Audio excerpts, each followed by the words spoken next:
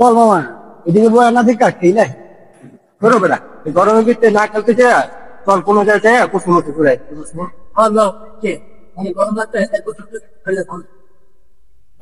কষ্ট কি মামা, আমার তো এটা মাথায় আসে।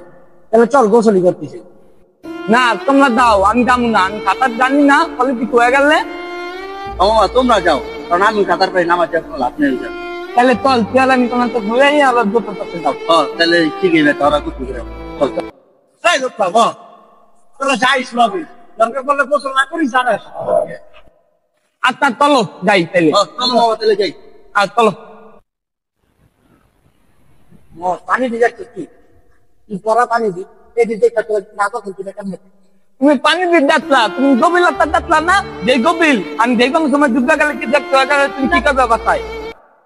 আচ্ছা তাহলে তোরা ওই কিনারে বয়ে থাক, আমরা দেখতেছি। সেটাই ভালো হয়।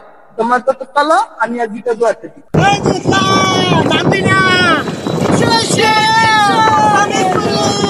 গোসল তো করতে এলাম, চল একটা প্রতিযোগিতা হয়ে যাও। চল দেখ কে কত দূরে এক দুটো যেতে রে। হল আমিও রাজি আছি, চল চল।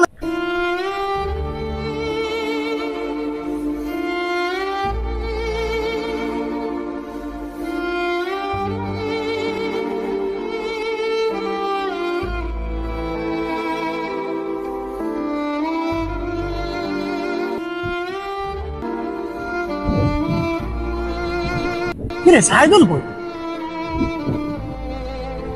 এতক্ষণ ধরে ডুব দিয়ে রয়েছে। আসলে তো ভাই, আমি যদি না পাই বাসিতে কি করুন? কিরে বেটা আল্লাহ, এটা তো পুরা কি করুন।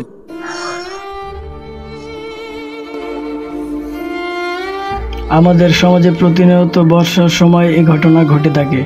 আমরা সবাই সাবধানে থাকবো।